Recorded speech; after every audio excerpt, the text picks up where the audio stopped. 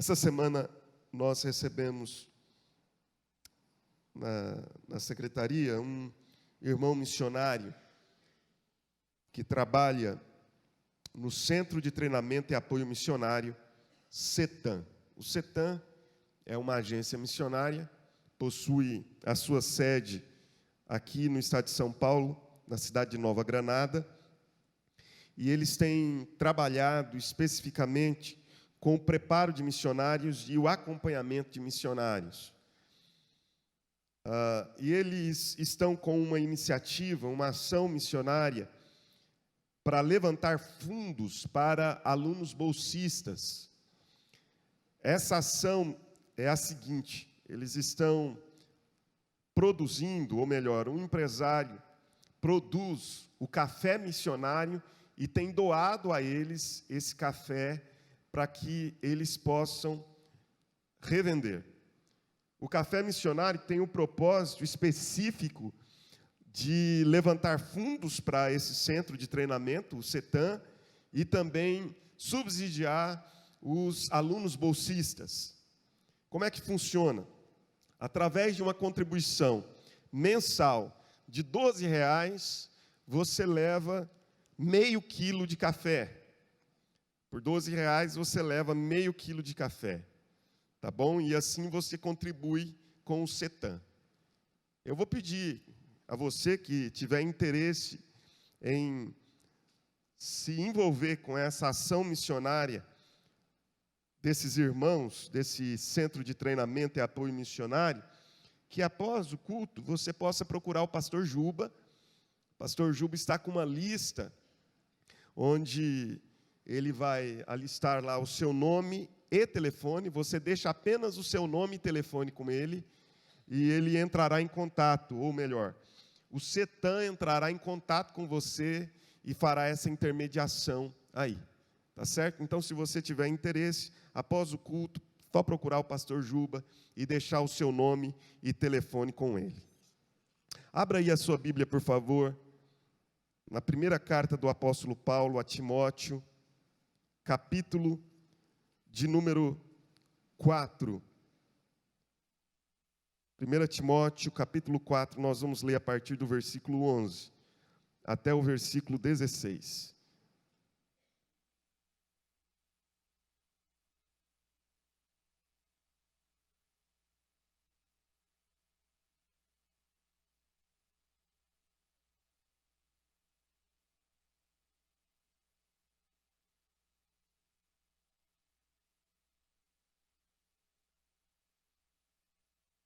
Primeira Timóteo, capítulo 4, verso 11 a 16. Se você não tem uma Bíblia e tem alguém próximo a você com uma, compartilhe a Bíblia com essa pessoa. Se você tem uma Bíblia e quem está próximo a você não a tem, compartilhe a sua Bíblia com essa pessoa. Vamos ler todos juntos, ou acompanhar a leitura desse texto. 1 Timóteo, capítulo 4, verso 11, a palavra de Deus diz assim: ordena e ensina estas coisas. Ninguém despreze a tua mocidade. Pelo contrário, torna-te padrão dos fiéis na palavra, no procedimento, no amor, na fé, na pureza. Até a minha chegada, aplica-te à leitura, à exortação, ao ensino. Não te faças negligente para com o dom que há em ti, o qual te foi concedido mediante profecia, com a imposição das mãos do presbitério. Medita estas coisas e nelas sê diligente, para que o teu progresso a todos seja manifesto. Tem cuidado de ti mesmo e da doutrina. Continua nestes deveres, porque fazendo assim, salvarás tanto a ti mesmo como aos teus ouvintes. Observe o versículo 16. Eu queria inicialmente destacar aqui o versículo 16, da onde nós vamos retirar a nosso tema. Vamos retirar aqui do versículo 16 essa linha que vai perpassar toda a nossa reflexão na palavra de Deus nessa noite. Diz: tem cuidado de ti mesmo. tem cuidado de ti mesmo. Queria nessa noite conversar com os irmãos, refletir com os irmãos a respeito do difícil exercício da autoliderança. Timóteo era um líder, Timóteo era um pastor. O apóstolo Paulo chama Timóteo de filho amado e filho verdadeiro. Ele, na primeira carta, inicia dizendo ao verdadeiro filho na fé. Na segunda carta, ele diz ao meu amado filho Timóteo. Timóteo era alguém querido por Paulo, alguém por quem Paulo tinha grande estima, cuidado, ele protegia, zelava por Timóteo. E essa carta é, de alguma maneira, primeira, segunda carta, a carta de Tito, estas cartas são, de alguma maneira, um compêndio de liderança. Como exercer liderança. E eu penso que essa liderança que Paulo apresenta-nos aqui, não é apenas uma liderança de natureza eclesiástica, mas me parece que nós podemos aplicar esses princípios a todas as áreas da vida, a quaisquer segmentos, no mundo corporativo, em qualquer lugar. Esses princípios de sabedoria, que são os princípios da palavra de Deus, portanto, são conselhos de sabedoria, podem ser aplicados. E o apóstolo Paulo está falando para Timóteo a respeito de como exercer essa liderança, e eu estava lendo essa carta, ainda essa tarde, e pensando como Paulo é minucioso nas instruções, nos conselhos. Ele fala para Timóteo como ele deve lidar com as várias classes de pessoas, por exemplo. Ele diz que Timóteo tem que aprender a lidar com as pessoas mais velhas, com os idosos, como ele lida com seu pai, como se fossem seus pais. Ele deve lidar com as moças como se fossem irmãs, com os moços como se fossem irmãos. Timóteo era um jovem, recebendo instrução sobre liderança, recebendo aconselhamento sobre como se portar diante daquela comunidade que agora ele é pastor, que é a igreja de Éfeso. Uma igreja que está passando por problemas, que precisa de correções. Ele ficara em Éfeso por orientação de Paulo, exatamente para que ele pudesse admoestar aquela igreja a respeito de alguns erros doutrinários, algumas conversas, algumas posturas que deveriam ser corrigidas. Mas é muito interessante quando nós chegamos nesse trecho das Escrituras, onde o apóstolo Paulo apresenta mais do que o exercício de liderança para fora, mas apresenta o exercício de liderança para dentro.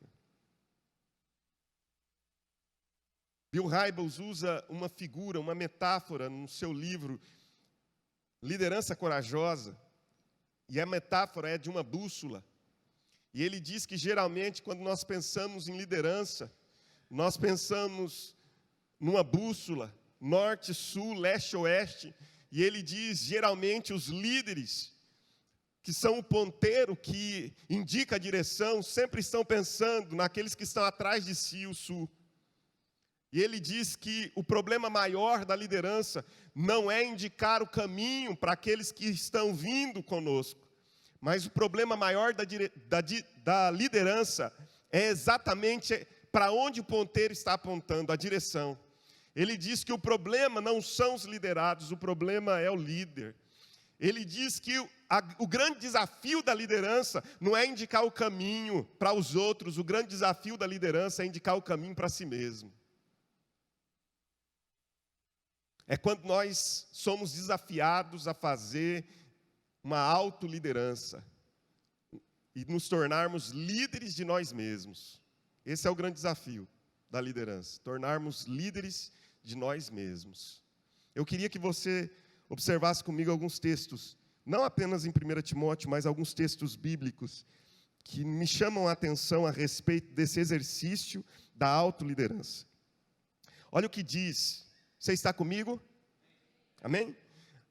O capítulo 4 ainda, de 1 Timóteo, olha o que diz o versículo 7. O final do versículo diz assim: exercita-te pessoalmente na piedade. Antes de você indicar o caminho da piedade para as pessoas, Paulo diz, você precisa exercitar-se pessoalmente nela. Exercita-te pessoalmente na piedade. Já no versículo 16, ele diz, tem cuidado de ti mesmo. Antes de você cuidar dos outros, você precisa cuidar de si. Aí no capítulo 5, verso 22, o apóstolo Paulo diz para Timóteo, final do versículo, conserva-te a ti mesmo puro. Conserva-te puro. Antes de você anunciar que este é um tempo de ser puro, busque pureza para si mesmo. Um dos trechos que mais me chamam a atenção a respeito dessa autoliderança está no livro do Êxodo, capítulo 18. Nesse texto, o sogro de Moisés, chamado Jetro, vai fazer uma visita para o genro. E quando ele chega aonde Moisés está, ele percebe que é insustentável a situação de Moisés. Moisés acorda pela manhã e começa a julgar o povo. Moisés é um líder centralizador. Ele reúne todas as decisões em torno dele.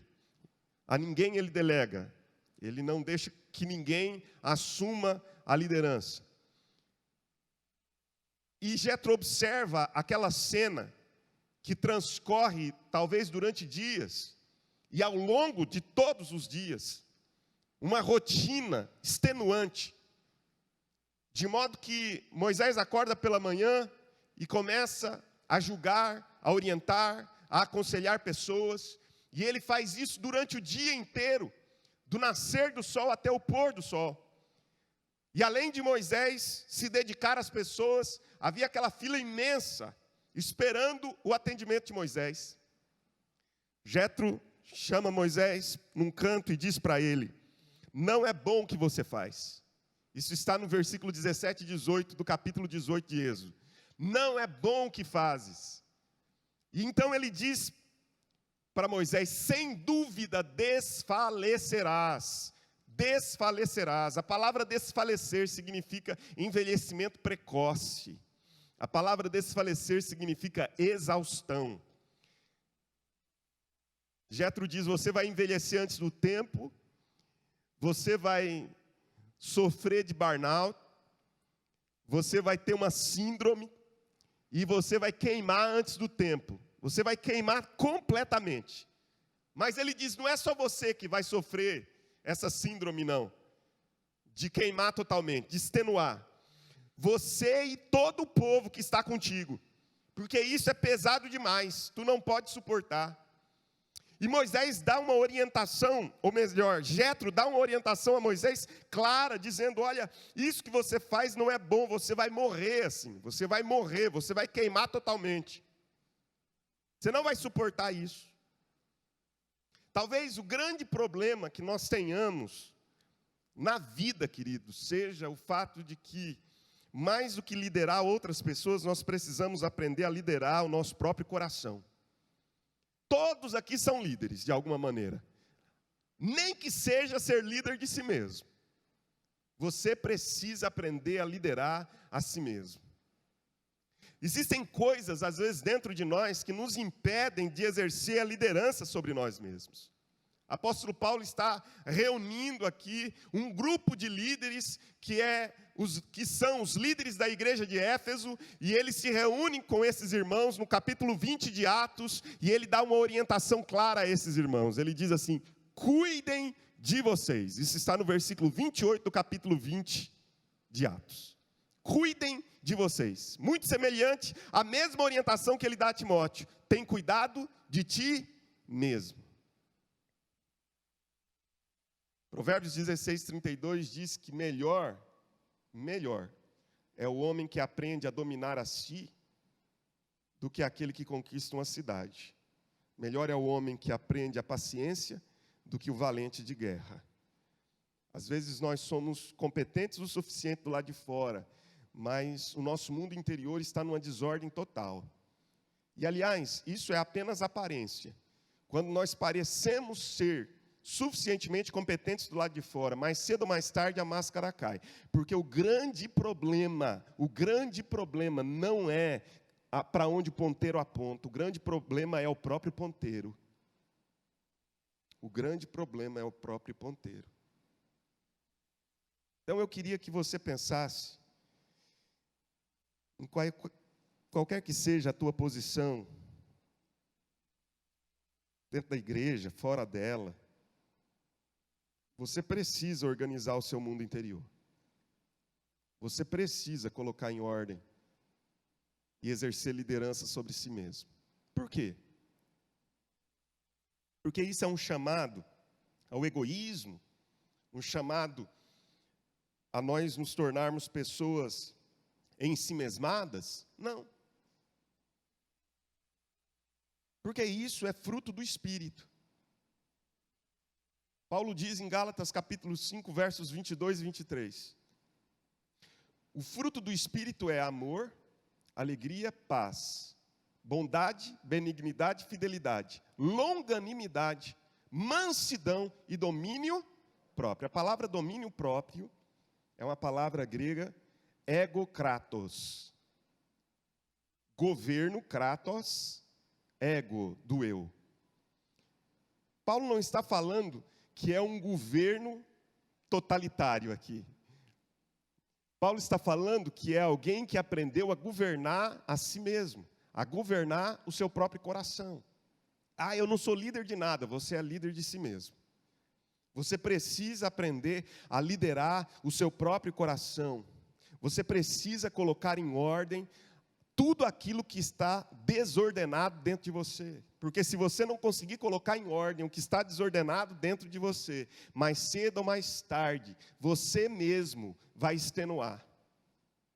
Você mesmo vai cair num problema sério de enfermidade, de adoecimento da alma. Nós precisamos colocar em ordem o nosso mundo interior.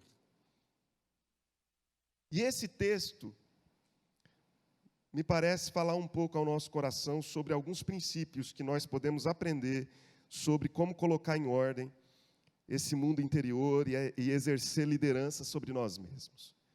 Paulo está dizendo, olha, Timóteo, não se esqueça de exercitar-se na liderança de si mesmo em alguns aspectos. Olha o versículo de número 13, o que ele diz? Ele diz assim, até a minha chegada, aplica-te à leitura, à exortação e ao ensino. Até a minha chegada, aplica-te à leitura, à exortação e ao ensino. Não te faças, versículo 14, negligente. A primeira palavra que me salta à mente e ao coração, quando penso em o exercício da liderança de nós mesmos, ou da autoliderança, é que nós precisamos aprender a priorizar. Prioridade é a primeira palavra. Você pode dizer, diga, prioridade. Nós precisamos aprender a priorizar. No caso de Timóteo, Timóteo precisava se aplicar. A palavra aplica-te, devota-te, a palavra entrega-te. Paulo está falando para Timóteo que ele precisa colocar no centro, no foco da sua atenção, aquilo que era o seu dom, e não fazer-se negligente com aquilo. Prioridade. Dedique-se, aplica-te, concentre-se. Priorizar é convergir. Priorizar é abrir mão do que é periférico para concentrar-se naquilo que é central. Priorizar é você manter o foco, e você não manterá o foco enquanto você não entender que é impossível mantermos o foco em várias coisas ao mesmo tempo. Manter o foco significa eleger aquilo que é mais importante. Manter o foco significa elencar aquilo que de fato precisa ganhar a nossa atenção. Porque o que ganha a sua atenção, ganha você. E às vezes nós temos a ideia de que o sucesso do nosso trabalho está na quantidade de trabalho que fazemos. Mas o sucesso do nosso trabalho está na qualidade do trabalho que fazemos. Às vezes nós dedicamos demais para termos um resultado pífio. Às vezes nós dedicamos de maneira concentrada menos para termos resultados maiores. Esse é o princípio de Pareto. 20% dos nossos esforços produzem 80% dos resultados que temos. Às vezes nós dedicamos 80% dos nossos esforços, ficamos extenuados e temos um resultado muito pequeno e aquilo nos desanima. Preste atenção. Quando você aprender a priorizar, você aprenderá a fazer bem feito. E se você não tem tempo para fazer bem feito, você não terá tempo para fazer 2 vezes. Tem gente que prefere fazer 2 vezes mal feito do que dedicar exclusividade a fazer bem feito uma vez só. Você entendeu isso? Nós precisamos aprender o princípio da prioridade na vida. E esse é um dos princípios de autoliderança mais necessários. O que é prioritário para nós? O que é essencial? No caso de Timóteo, era leitura pública, exortação, ensino, porque este era o seu dom. E quando nós identificamos o nosso dom, nós podemos identificar o nosso foco. E é exatamente isso que Deus está pedindo de nós. Eleger prioridades na vida. Segundo, por favor, vai apenas guardando isso no coração. Vamos permitir que, quem sabe no final de tudo isso, Deus aplique isso ao nosso coração, porque, de fato, é só o Espírito Santo que pode aplicar essas coisas no nosso coração. O versículo 14 diz assim: não te faças negligente para com o dom que há em ti, o qual te foi concedido mediante profecia com a imposição das mãos do presbitério. A segunda palavra que me vem à mente tem a ver com o fato de nós não nos fazermos negligentes. E me ocorre o fato de que nós precisamos ser tomados de paixão. Por quê? Porque paixão não tem nada a ver com negligência. Quando nós estamos apaixonados, nós não somos negligentes com o objeto da nossa paixão. A grande verdade é que nós nos tornamos negligentes com tudo ao redor. Você já teve um filho adolescente apaixonado dentro de casa? Não olhe para ele. Como é que funciona isso, né? Ele se torna negligente com tudo ao redor, menos com o objeto da sua paixão. Hoje pela manhã eu estava falando aos irmãos que um dos maiores dramas que nós enfrentamos na vida é fazer os nossos filhos escovarem os dentes. Os filhos menores. Porque os maiores que usam dentadura, problema deles. Mas os menores a gente quer que escovem os dentes. É ou não é? Agora só eu que sofro esse drama de dizer, vai escovar os dentes, vai escovar os dentes. E ouço aquela resposta que diz assim, eu já escovei. E ainda tem a cara deslavada de dizer assim, eu já escovei. Quando? Ontem de manhã eu escovei. Irmãos, é um drama fazer os filhos escovarem os dentes, não é? Até eles começarem a namorar. Fique tranquilo. Fique tranquila. Quando eles começarem a namorar, eles saberão eleger aquilo que é importante. Sabe por quê? Porque nós queremos agradar o objeto da nossa paixão.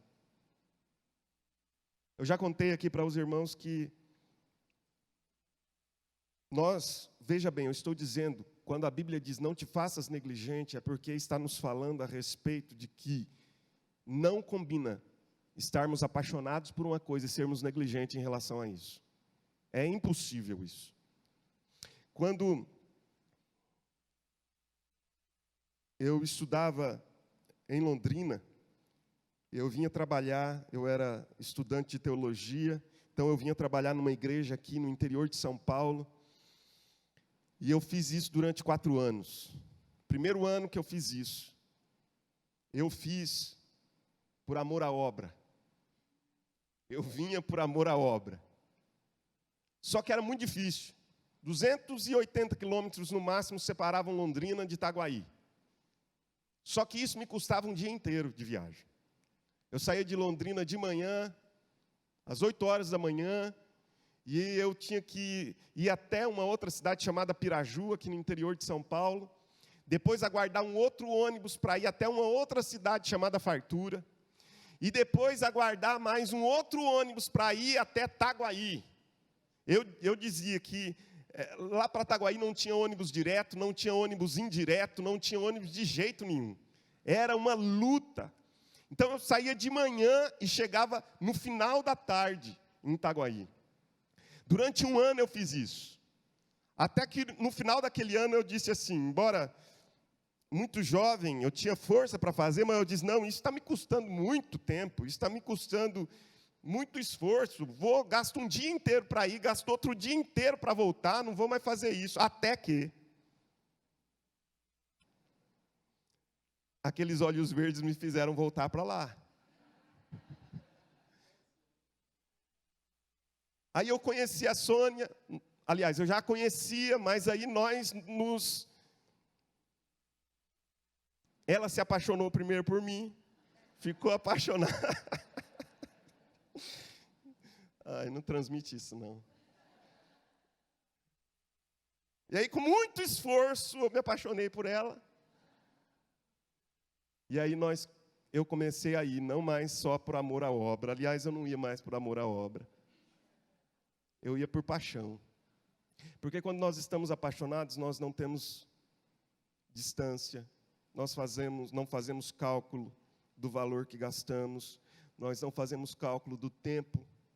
Nós não fazemos cálculo de nada disso, sabe por quê? Porque nós simplesmente queremos encontrar, nós simplesmente queremos estar próximos, nós simplesmente queremos agradar aquilo ou aquele que é o objeto da nossa paixão. Qual é o grande problema que nós enfrentamos na autoliderança? Tem muita gente confundindo o simples fato de estarem devotando fidelidade com o fato de que precisam estar apaixonados. Deixa eu te falar, fidelidade é essencial. Fidelidade no quê, pastor? Em qualquer área da sua vida. Fidelidade naquilo que você exerce, fidelidade no seu casamento, fidelidade em todos os propósitos da sua vida. Fidelidade é essencial. Só que fidelidade sem paixão é esgotante. Fidelidade sem paixão é maçante. Fidelidade sem paixão é entediante. Por isso, uma das minhas orações a Deus é que Ele conquiste o meu coração, porque eu preciso não apenas de fidelidade a Ele, eu preciso estar apaixonado por Ele. Porque quando eu estou apaixonado por Deus, eu preciso menos da minha disciplina. Por favor, guarde isso. Quando eu estou apaixonado, eu preciso menos de disciplina. Eu não preciso ficar dizendo, agora é hora de ler a Bíblia. Agora é hora de orar. Agora é hora de exercer a minha disciplina. Hoje é domingo. Preciso pelo menos ir num culto. Por quê? Porque isso tem a ver com fidelidade. Disciplina tem a ver com fidelidade. Agora a paixão tem a ver com a entrega total, com o não ser negligente. Irmãos, nós precisamos restaurar a paixão. Nós precisamos restaurar a paixão. Há pessoas que com fidelidade estão se esforçando e estão se arrastando pelo caminho a fim de alcançar o objetivo. Quando nós estamos apaixonados, nós fazemos correndo, ainda que isso exija de nós um esforço que nós talvez não tenhamos forças suficientes, mas ainda que exija além das nossas forças, nós dedicamos além das nossas forças. É minha e é sua responsabilidade manter acesa a paixão. Vai guardando tudo isso no seu coração, por favor. Não tire ainda conclusões, tá? Terceira palavra que me chama a atenção nesse texto. A primeira, diga prioridade. A segunda, diga paixão. A terceira palavra que me chama a atenção nesse texto, ou ideia, ou princípio, está no versículo 15, quando ele diz assim, medita nestas coisas. Rumina isso. Permita que isso encha o seu coração, encha a sua mente. Nelas, ou seja, nestas coisas, seja diligente, não negligente, diligente, para que o teu progresso a todos seja manifesto. Ser diligente significa ter essas coisas no pensamento, pensar atentamente nessas coisas, dedicar-se inteiramente a elas, devotar-se a essas coisas, empenhar-se nisso. É isso que Paulo está dizendo para Timóteo, medita nela, sê diligente, empenha-te nisso, tenha essas coisas no seu pensamento. Irmãos, antes de falar a terceira palavra, preste atenção. Paulo está dizendo que é necessário que nós estejamos totalmente imergidos. Ele está falando de uma imersão, estar completamente envolvido por todos os lados. Estar, inclusive, envolvido por dentro, porque é isso que fala da paixão. Uma coisa é você ser um submarino, você está imergido, só que imergido apenas ao seu redor. Há pessoas que imergem, elas experimentam a imersão. Eu vejo isso com esses novos modelos que existem aí de crescimento de igreja. Eles dizem assim, vamos fazer uma imersão, aí eles vão para um determinado lugar, ficam lá dias, recebem uma carga de informação, eles ficam totalmente, de fato, imergidos do lado de fora, mas se isso não ganhar o nosso coração, não adianta ter apenas informação. Por isso, Paulo não está falando para Timóteo ser um submarino aqui, ele está falando para Timóteo ser um boneco inflável. O que é um boneco inflável? Ele tem ar por todos os lados, mas ele tem ar dentro dele. O submarino tem água por todos os lados, mas não tem água dentro dele. Paulo está dizendo para Timóteo, você precisa ter estas coisas ao seu redor, ganhando a sua atenção, mas precisam também encher o seu coração, isso é paixão. E uma vez que você estiver apaixonado, preste atenção, isso vai resultar no terceiro princípio que nos ajuda na autoliderança. Diga, progresso. Mais uma vez, vamos lá, diga prioridade, paixão, progresso. Olhe para uma pessoa próxima a você, isso é tão legal fazer. Tem gente que não gosta. Eu mesmo, quando eu estou aí, eu não gosto. Mas olhe para uma pessoa, diga para essa pessoa o seguinte, olhe bem no fundo dos olhos dela e diga para ela assim, qual que é o primeiro princípio? Diga, priorize. Qual que é o segundo princípio? Diga para ela, apaixone-se. E o terceiro? Progresso. Diga, progrida. Irmãos, progresso. Quando nós nos apaixonamos, não nos fazemos negligentes, mas nos tornamos diligentes com aquilo que é o alvo do nosso desejo, da nossa atenção, da nossa paixão, meditamos nisso, isso ganha a nossa atenção, isso toma conta de nós, não só do lado de fora, mas do lado de dentro, nós necessariamente progredimos. Progresso, aperfeiçoamento, crescimento. Nós começamos um ano e geralmente nós fazemos uma série de votos no início de um ano e nós dizemos vamos cumprir todos eles e às vezes é quase inevitável que alguns de nós cheguemos ao final do ano frustrados porque não conseguimos progredir. Progresso é crescer um pouco mais. Eu estou falando aqui para a vida toda. Depois eu quero fazer uma aplicação muito específica desses princípios na minha e na sua vida, mas progresso é crescer um pouco mais, é um pouco além, é não parar onde você está. Progresso é você nunca se contentar com aquilo que você tem e acreditar que você pode um pouco além. Sabe por quê? Porque quando você, primeiro, elege a sua prioridade, depois, torna-se completamente tomado, apaixonado por aquilo que é o objeto da sua prioridade.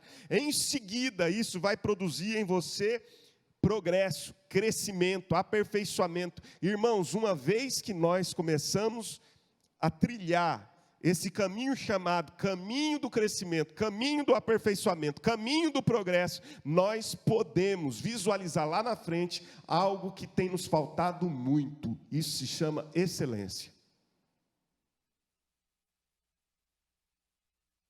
Falta-nos excelência.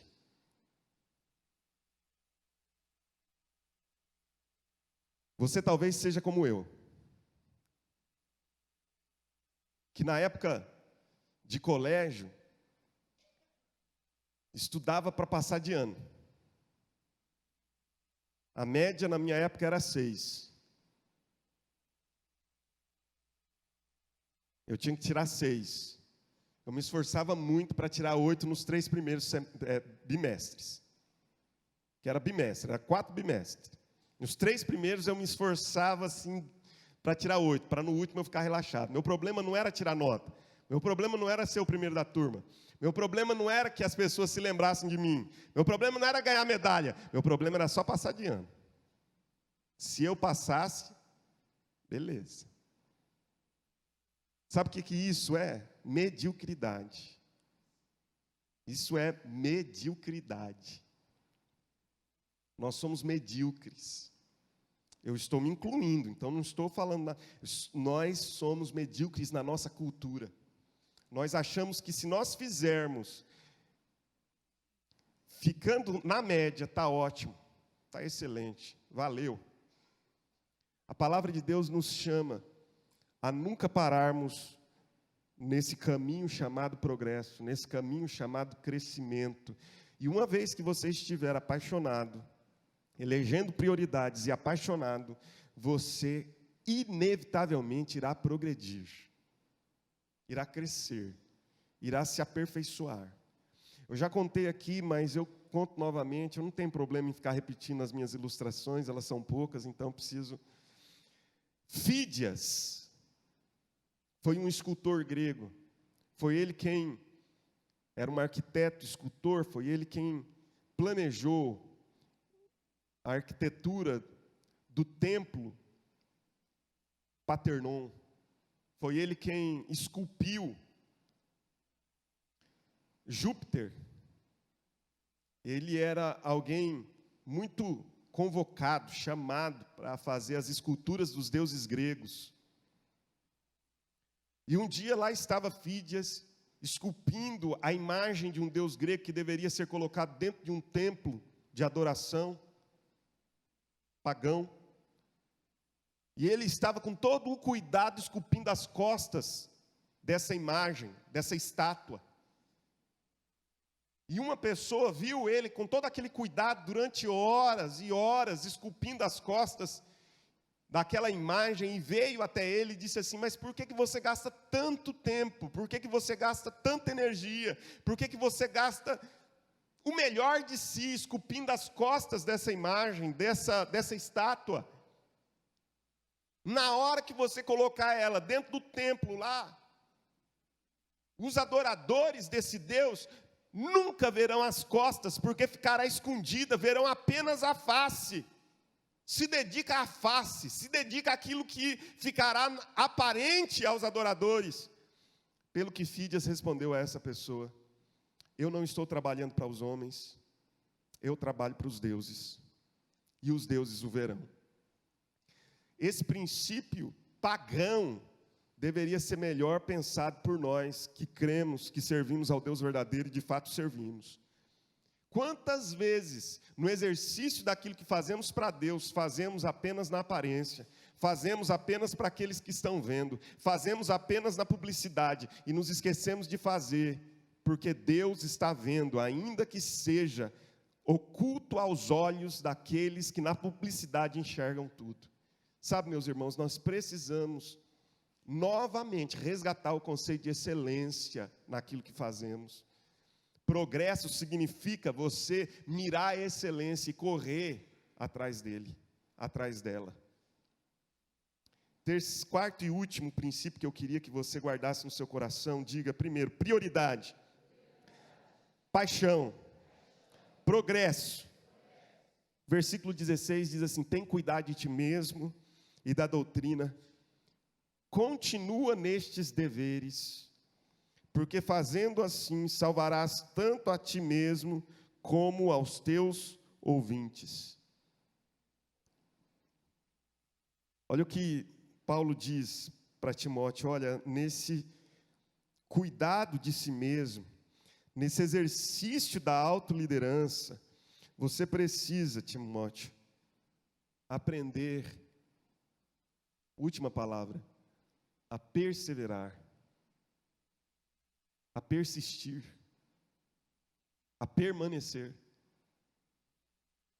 Ele diz, continua nestes deveres, persista nestes deveres, persevere nestas tarefas. Perseverança. Perseverar significa uma atitude de persistência, de permanência, uma atitude constante e diária. A persistência diz respeito a dedicar-se com igual atenção e equilíbrio a si mesmo e às pessoas. E talvez uma das nossas maiores dificuldades no exercício de autoliderança é a permanência, é a perseverança, é a persistência. Não me responda, mas quantos aqui já não desistiram daquilo que decidiram no início de 2020? Nós dizemos, eu vou fazer, e os 15 primeiros dias nós fazemos até, mas a segunda quinzena já é a segunda quinzena da frustração, porque nós já abandonamos aquilo que decidimos fazer, porque temos dificuldade com persistência, com permanência, com perseverança. Por isso, talvez Jesus, quando nos fala a respeito, no capítulo 15, sobre a videira verdadeira, ele fale com tanta insistência, ênfase sobre permanecer, permanecer. Permanecer, que é uma atitude diária, é uma atitude constante, diária. Não é dia sim, dia não, é permanecer, é todos os dias, todos os dias. Jesus disse, se alguém quer vir após mim, negue-se a si mesmo, tome a sua cruz dia a dia. É assim que está registrado no Evangelho de Lucas. Se alguém quer vir após mim, negue-se a si mesmo, tome a sua cruz dia a dia e siga-me. É diariamente. Queria convidar você a ficar de pé, porque a nossa maior tarefa, irmãos, não é liderar uma igreja. Eu estou falando a meu respeito. A minha maior tarefa não é liderar uma igreja. A minha maior tarefa não é nem mesmo liderar a minha casa, embora isso seja tão importante ou mais importante do que liderar a igreja. Mas a minha maior e mais desafiadora tarefa é liderar a mim mesmo. Meu irmão, e se faltar a liderança de si mesmo, se nós não aprendermos a liderar a nós mesmos, nós vamos ter dificuldade em ter coerência, nós vamos ter dificuldades em sermos pessoas com credibilidade, porque nos falta a liderança de nós mesmos. Meu convite a você é lidere-se. Meu convite a você é fazer uma volta de 360 graus e olhar para si mesmo. Meu convite a você é tenha cuidado de ti mesmo. Não é um convite ao egoísmo, não é um convite a viver de modo ensimesmado, é um convite a você autoexaminar-se e entrar num processo de liderança, de colocar em ordem as desordens interiores. Mas preste atenção, tome tudo isso que você ouviu agora, de autoliderança, prioridade, paixão, progresso, perseverança, e aplique no teu relacionamento com Deus. Aplique todos esses princípios para o teu relacionamento com Deus. Deus é prioritário, ou ao longo da sua vida Deus sempre foi relegado a um plano secundário? Deus é tua paixão, Ou ele é sempre alguém que você serve com fidelidade, mas com muito esforço, porque você não está apaixonado por ele? Vou mais longe. Fidelidade sem paixão em algum momento se transformará em infidelidade. Apaixone-se outra vez.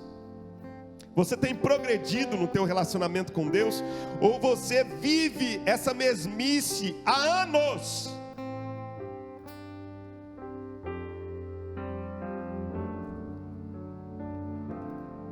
Ou você vive isso há anos?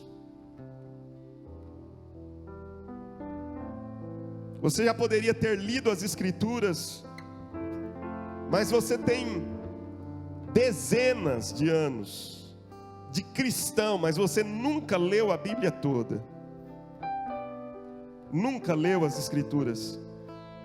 A tua vida de oração é pobre. A tua vida de comunhão com Deus, quando você ouve alguém dizer, mas Deus falou comigo, você fica pensativo e se questionando, será que Deus mesmo fala? Porque você mesmo nunca ouviu a voz de Deus. Por quê? Porque você nunca cresceu. Você conheceu Jesus. Eu não estou questionando a sua conversão, eu não estou questionando que você é alguém que foi resgatado pelo sacrifício da cruz, mas você nunca desenvolveu a sua salvação. Você é pobre na sua vida espiritual, você nunca progrediu. Me perdoe, por mais que isso pareça da minha parte um tanto quanto insensível, mas você é medíocre na sua vida espiritual e você sabe disso, porque você nunca progrediu. O teu progresso não é visto de ninguém. As pessoas sabem que você é esse cara mesmo, que nunca progrediu, nunca desenvolveu, nunca cresceu.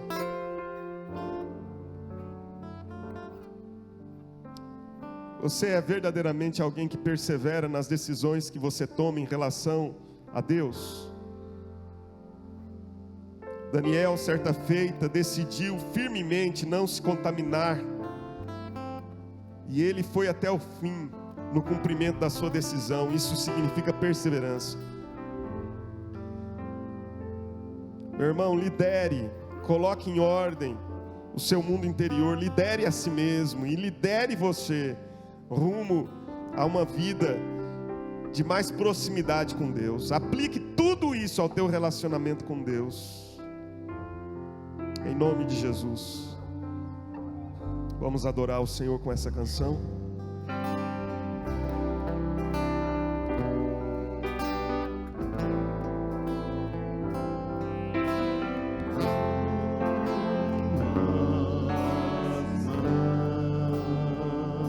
Adore a Deus.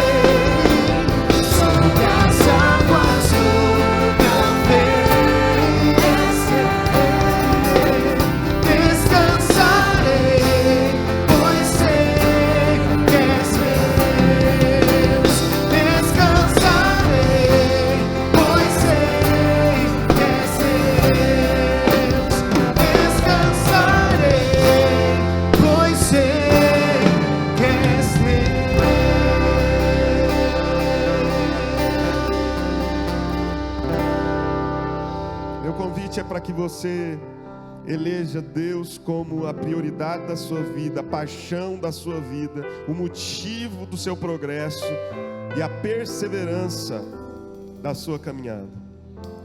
Que Ele tome o centro de tudo, porque se Deus não for o centro de todas essas coisas, talvez você esteja me ouvindo e aplicando isso para o teu trabalho, é muito bom. Talvez você esteja ouvindo e aplicando isso para outra área da sua vida, isso é muito bom, porque são princípios de sabedoria bíblica. Mas se você não aplicar isso para o teu relacionamento com Deus, meu irmão, um dia, por melhor que isso tenha trazido resultados para você, não trará o melhor resultado que você poderia ter, que é o resultado de uma comunhão mais íntima, mais próxima, mais estreita com Deus.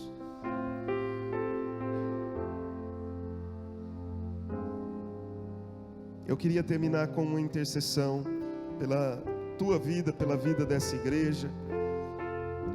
Essa mensagem já está no meu coração há muito tempo, Deus falando comigo, dizendo: tem cuidado de ti mesmo. Eu me preocupo sim com a igreja, eu me preocupo com a vida financeira da igreja, eu me preocupo com a conduta dos irmãos da igreja. Quando eu ouço a respeito de qualquer pessoa que é membro dessa igreja, um mau testemunho, alguma coisa dessa natureza, isso me aperta o coração, isso me angustia, isso me entristece. Quando eu vejo que talvez o meu testemunho não esteja influenciando pessoas para viverem mais próximos de Deus, mais próximos de Cristo, para mudarem a sua conduta, isso me angustia, me entristece. Mas esse versículo tomou uma dimensão diferente para mim. Já há uns 2 meses Deus disse: tem cuidado de ti mesmo, cuida da doutrina, porque fazendo isso você vai salvar-se. Meu irmão, o que me adianta ganhar o mundo inteiro e perder a minha alma? Eu não estou nem falando de perder a salvação, eu estou falando de perder a alegria, eu estou falando de perder a beleza da vida, eu estou falando de perder aquilo que é mais essencial, que é o bom relacionamento com amigos, com irmãos, com a família, com minha esposa, com os meus filhos. O que é que me adianta? E Deus tem dito: lidere a si mesmo. Deixa que da igreja eu vou cuidar, lidere a si mesmo. Isso não significa que eu me despreocupei, não, mas significa que eu estou voltando os olhos mais para dentro de mim, para que eu me torne uma pessoa que saiba eleger a prioridade da vida. A prioridade da minha vida é Deus. Há pessoas que elegeram como prioridade da sua vida ter um corpo bonito. Todos os dias estão na academia, todos os dias estão fazendo caminhada, correndo. Se essa é a prioridade da sua vida, tudo bem. Mas respeite a minha prioridade. A prioridade da minha vida é ter Deus no centro da minha história. Eu quero me apaixonar novamente por Deus. Eu quero que Ele seja o motivo da minha paixão. Eu quero estar tomado por Ele do lado de fora, do lado de dentro. Eu quero que Ele seja o meu primeiro e último pensamento no dia. Eu quero que Deus esteja no centro de tudo. Ainda que você diga que isso é fanatismo, não me importa, eu quero Deus.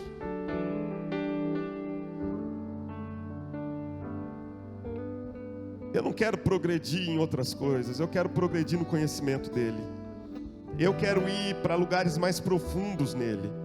Eu quero subir a lugares mais altos nele, de modo que a altura e a profundidade da minha vida sejam Deus. E eu quero perseverar nessa caminhada até o fim. Terminar bem, terminar alegre, terminar feliz, sem azedume na alma, sem amargura. Terminar como o apóstolo Paulo, dizendo: combati o bom combate, acabei a carreira, guardei a fé. Uma coroa está já me prometida e eu estou indo para receber. A Ele a honra, a Ele a glória, a Ele o louvor pelos séculos dos séculos. É assim que eu quero terminar. Você que elegeu outras prioridades na sua vida, eu respeito você, mas eu quero te dizer, uma hora isso vai passar. Teu corpo vai envelhecer, tua beleza vai se esvair, pelo menos aquela que você acha que é prioritária. Outras coisas vão passar na sua vida.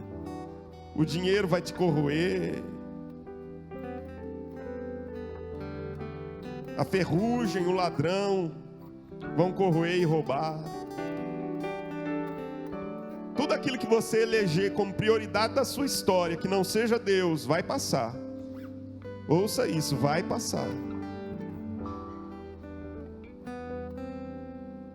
Meu convite é para que você agora eleja Deus como a prioridade da sua história, a paixão da sua vida, o motivo do seu progresso, da tua perseverança.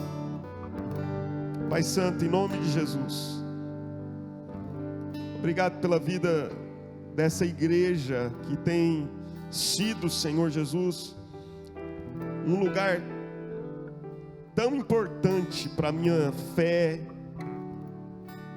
para o meu crescimento no Senhor.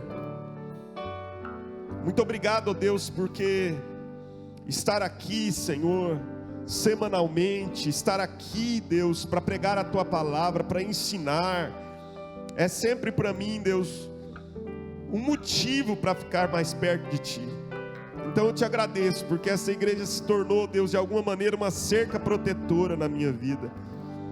Mas eu quero dizer ao Senhor, Pai, que a minha preocupação maior não é essa igreja. A minha preocupação maior é que o Senhor esteja mais próximo de mim, e eu mais próximo do Senhor, e que eu seja amado pelo Senhor, e que eu te ame sobre todas as coisas. Então, meu Senhor, me ajuda nisso. Talvez alguns dos meus irmãos estão entendendo, ó Deus, isso nessa noite, e que eles precisam deixar algumas prioridades abaixo da prioridade maior da história da vida deles, que é o Senhor.